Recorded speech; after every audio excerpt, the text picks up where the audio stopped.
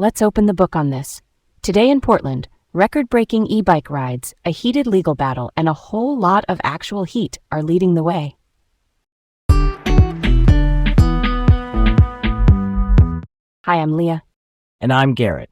Welcome to Laid Back Local, the news of the day with Leah and Garrett in Portland, Oregon. All right, let's set the stage for this one. First up, it's hot. Portland is looking at about 96 degrees today, a serious heat wave for us. Quick reminders: drink water regularly, check on neighbors who might need a hand, and try to keep pets off hot pavement. Heat waves are short bursts of extreme heat that can strain our bodies and our power systems.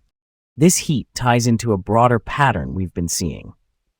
Climate change, which is the long-term warming and weather shifts mostly driven by greenhouse gas pollution, makes heat events more frequent and more intense. And while we are sweating here in the city, wildfires around Oregon are forcing more than 1,000 people to evacuate. Evacuation orders mean officials tell you to leave for safety because fire conditions can change fast.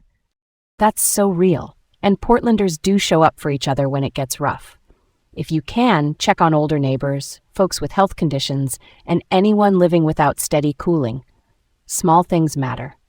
Close curtains during the hottest part of the day, cool down with wet cloths on wrists and neck, and pace yourself outdoors. Can I ask the simple why here, Garrett? Why does the city feel so much hotter than a nearby park on days like this? Great question. That's the urban heat island effect. Basically, concrete and asphalt soak up the sun and release heat slowly. Fewer trees and big paved areas trap warmth, so city blocks stay hotter than greener spots.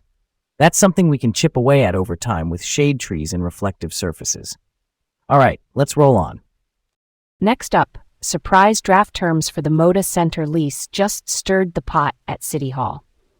The Moda Center is the Blazers' home arena, and a draft term sheet, basically a preliminary contract outline, went to the Blazers proposing up to $120 million from the city for arena renovations, with a condition that the team stays in Portland at least 20 years. Here's the twist. Several city councilors said they were caught off guard, felt excluded from the negotiations, and worried the city might have weakened its leverage by sending the draft early. One detail: a request for a $3 million yearly payment from the Blazers management group to make up for property tax revenue the city doesn't collect on the arena. Yeah, that's a curveball. Transparency matters here. This is public money. The council's job is to vet deals and protect taxpayers while keeping the team rooted in Portland. Quick defined term: renovation funding is basically city-backed dollars for upgrades like seating, safety systems, or building tech.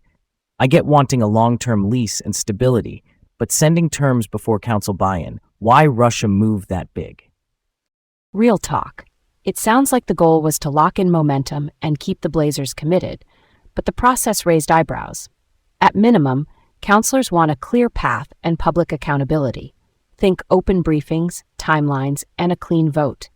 We'll keep an eye on the next steps and whether those terms change. On to the next thing. Portland just shattered a Guinness World Record for the largest electric bike ride. Guinness World Records is the group that verifies world record achievements. More than 1,000 riders rolled along the waterfront for Biketown's big anniversary. Biketown is the city's public bike share program, running a fully electric fleet since 2020, and for the celebration they even made rentals free. We more than doubled Seattle's previous record. Pretty sweet bragging rights. But the bigger picture is this: e-bikes lower the barrier to biking. Hills feel flatter, distances feel shorter, and commutes get more doable. Portland's also got rebate support through the Portland Clean Energy Community Benefits Fund. A rebate is a partial refund that helps cut the price, focusing on getting e-bikes to lower-income households. That's making cleaner trips possible for more people. That's a story worth telling. Big community energy, plus a nudge toward cleaner air. Events like this make sustainability feel tangible, not just a slogan. And for folks wondering, an e-bike is just a pedal bike with a small electric motor that gives you a boost. It still feels like biking, just easier. Accessibility matters, especially for people who are older, recovering from injuries, or hauling kids and groceries. That win hits different. Switching gears just a little. A renter named Jonah Spring just won a lawsuit against his landlord. A landlord is the property owner or manager who rents out housing.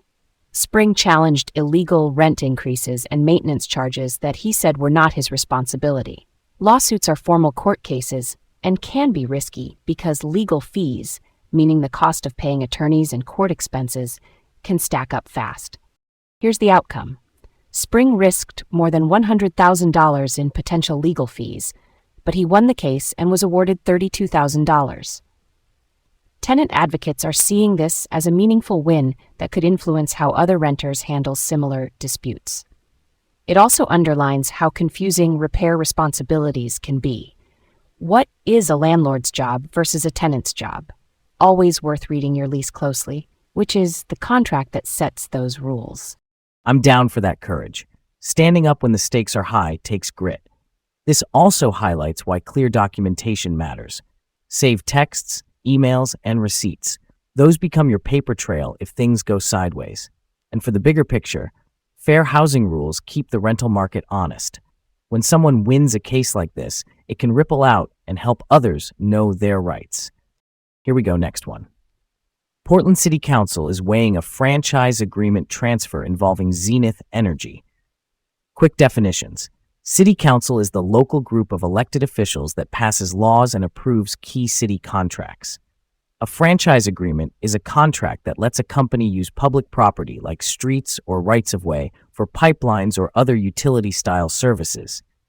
Zenith Energy is a company operating under one of those agreements here, and the proposed transfer is to I Squared Capital, which is an investment firm. Residents and environmental groups are voicing concerns about safety and pollution risk. The call is for strict oversight, which means regular checks, clear reporting, and enforceable rules if something goes wrong. Accountability, in plain terms, is who gets held responsible and what happens if they miss the mark. Keeping it real when it comes to energy operations near neighborhoods, transparency is non-negotiable. People want to know what's moving through their community, how it's monitored, and who steps in if there's a safety issue. I'd like to see tight environmental protections built into any transfer, clear conditions, regular public updates, and a reset button if standards are missed. That's close to the heart of it for me. So there we have it. Heat in the forecast, big questions around the arena deal, a world record on 2 wheels, a renter's hard-won day in court, and an energy transfer under the microscope. Thanks for riding along with us in Portland today. Stay cool, look out for each other, and we'll catch you tomorrow.